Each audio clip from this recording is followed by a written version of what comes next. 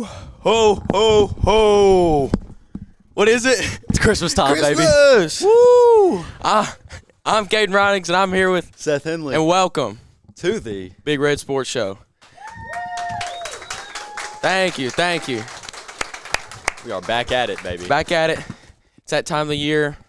You know, I'm just in a good mood. I can feel school almost being over. How jolly are you on a scale of 1 to 10? Jolly, holly, 11? all of them. Whatever word you can think of that's Christmas related, yeah, that's me. Let's go. But with that being said, we want to, get things started off. Talk a little bit more about the college football playoffs. Kind of pick up from where we left off last week with the bracket being finalized. We got the bracket here. Just kind of want to talk about briefly each game. Just a little quick, review and just see what we think. I'll go ahead and start us off. We see the 4 bye weeks with Oregon, Arizona State, Boise State, and Georgia.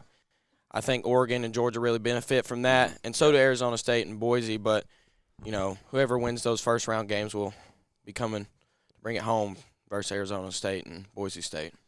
Yeah, those are definitely the top teams of the weaker conferences. They're going to be at a disadvantage whether they play Texas or Clemson, in my opinion. But what was it last week? I said that Columbus would be coming to Neyland, but it's sadly the other way around. Yep. We'll be playing in Columbus in the cold. The Volunteers are going to travel all the way down there, and hopefully we're going to show them up. Last time the Volunteers played the Ohio State Buckeyes, it was 1995. They had Heisman winner Eddie George in the backfield. Came prepared with the facts today. We beat them 20-14. Yeah, in my opinion, of course, Manning. this is all opinion-based, so everybody can have their own opinion. But in my opinion, Ohio State versus Tennessee is the biggest game of round one. Definitely. I think so. We got Notre Dame versus Indiana. Not really too sure how that will go. Indiana has been seen as a good team, but a lot of people communicate and talk about how they don't think, they really play anybody. Yeah. Honestly, a little bit of the same with Notre Dame. Notre Dame not being in a conference and kind of being independent, really kind of see, how they match up. And if they do take on Indiana, we'll really see what they're like. Playing Georgia, Penn State, SMU. I think SMU showed in the ACC championship versus Clemson that they are a playoff football team. Went down short against Clemson, and they came back and proved that, they were willing to fight, and I think that kind of helped prove their case. If that ACC championship would have been a blowout or anything like that, they wouldn't have made it. But I'm glad everything worked out the way it did, because I'm glad to not see Alabama in there. It just makes me Miami happy. either. No, we all Miami. expected Miami to be in there. Miami They're had not in there. Yeah, but they ran into some problems Yeah, late. late in the winning, season, Syracuse winning, everything just kind of ruined that for them. Well, Boise State, Ashton Jeanty, leader of that team. I really don't know. In my opinion, I think Penn State versus SMU. I think they take SMU, and then I think they go on to play Boise State. And I'm hoping. I think Ashton Jeanty will run right through Penn State. I hope so. I would like to see that, honestly. Prove his Heisman case. I think Jeanty should win it over Travis Hunter. I definitely think he should win it. He's gotten his team to the first 12-team playoff, and it's Boise State. Right, that doesn't happen. Most definitely. So Travis Hunter is playing both sides of the ball, but Ashton Jeanty is really getting close to that Barry Sanders rushing yards record. Oh, yeah, I know. That is a huge accomplishment. But what about Texas and Clemson? Texas and Clemson. I would love to see Clemson's the quarterback, out Caden. round one. He's from Texas, so it's a hometown matchup for him. I seen his reaction on that, so definitely it's probably some family opinions there, kind of just, who's supporting who, I would assume. But that'll definitely be a good game. It's all about whether Texas can come ready to play. I think they're a great team, but it's all about whether they execute or not. And Clemson, they've had mostly ups, some downs, and if they can come in there and handle business, I think it'll be a close game, but I still think Texas takes that one. I think Texas definitely takes that one, but I would love to see them go out in round one. As well as the Buckeyes, they're a very talented roster. They've had some troubles, losing to Michigan. It's hard to bounce back. That's late in the season, so your fan base is asking questions. How good is my team really? A lot of questions about the coach, Ryan Day. There's all of his fans want him fired. So that makes us look good, right? We're in a good spot mentally. Yep. Shout out Coach Herod.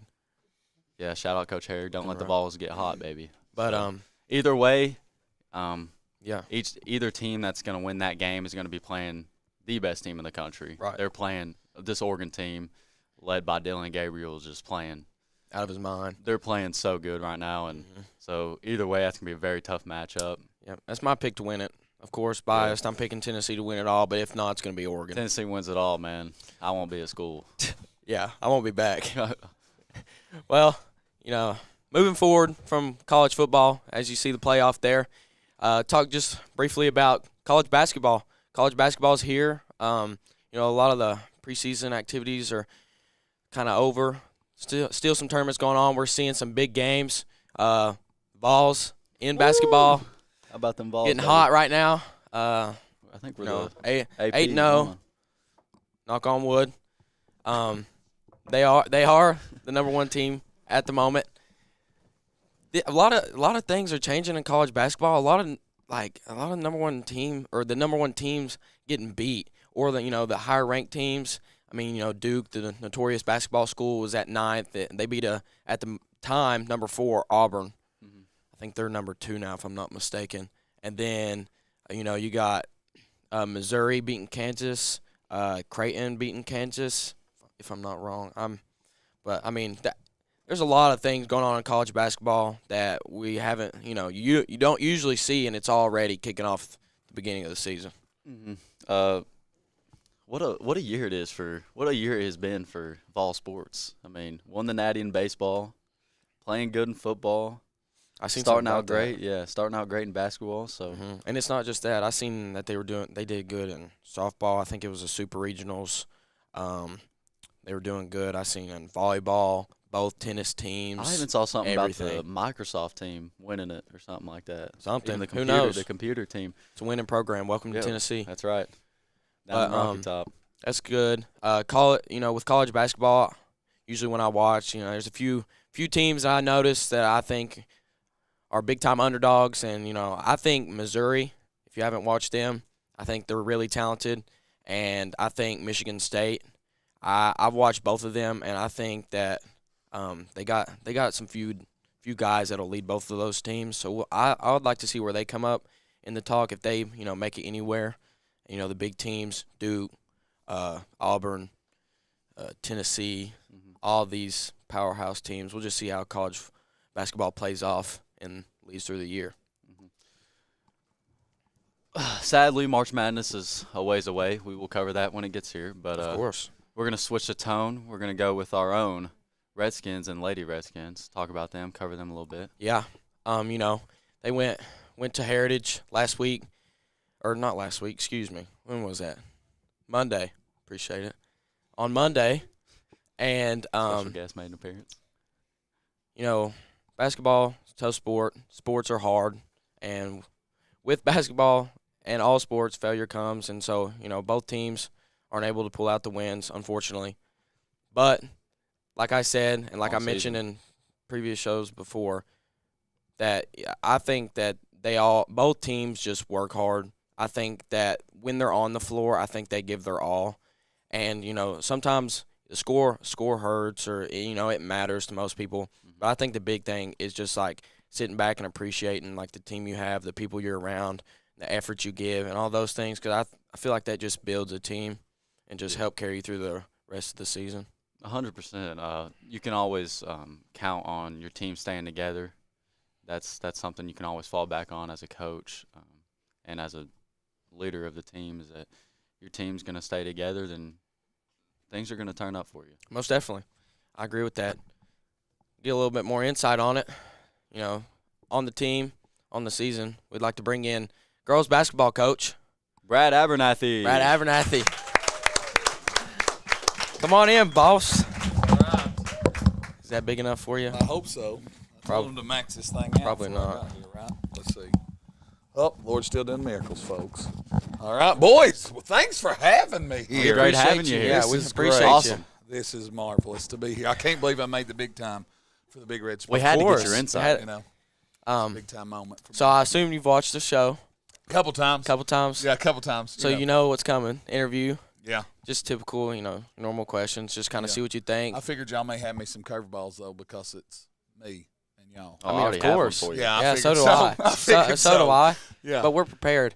I'll start you off easy though. Okay. Okay. This is one I usually say for the end, but I like this one. Pre-game Okay. meal. All right. Start out slow.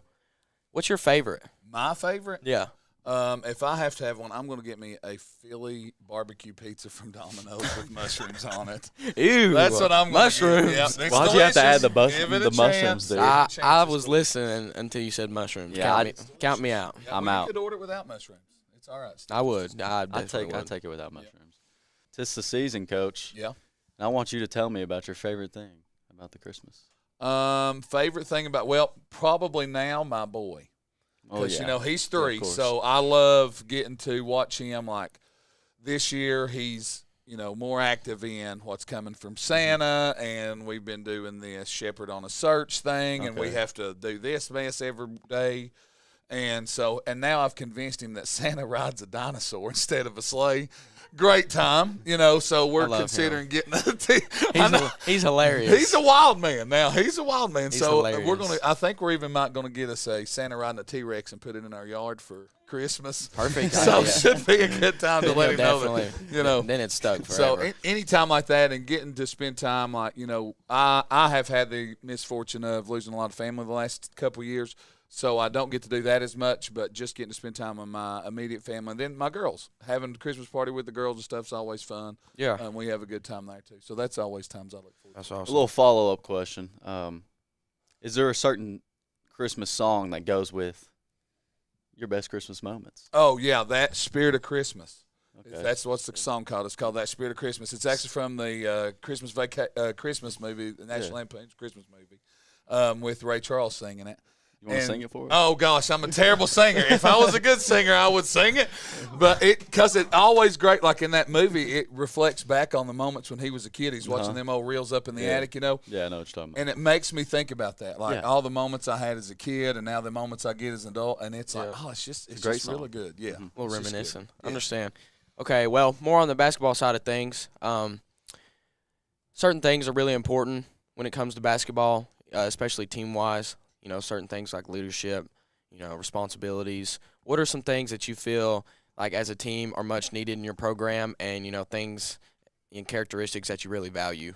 So I would say accountability first off, and because if you're accountable to yourself, you're going to be accountable to your team.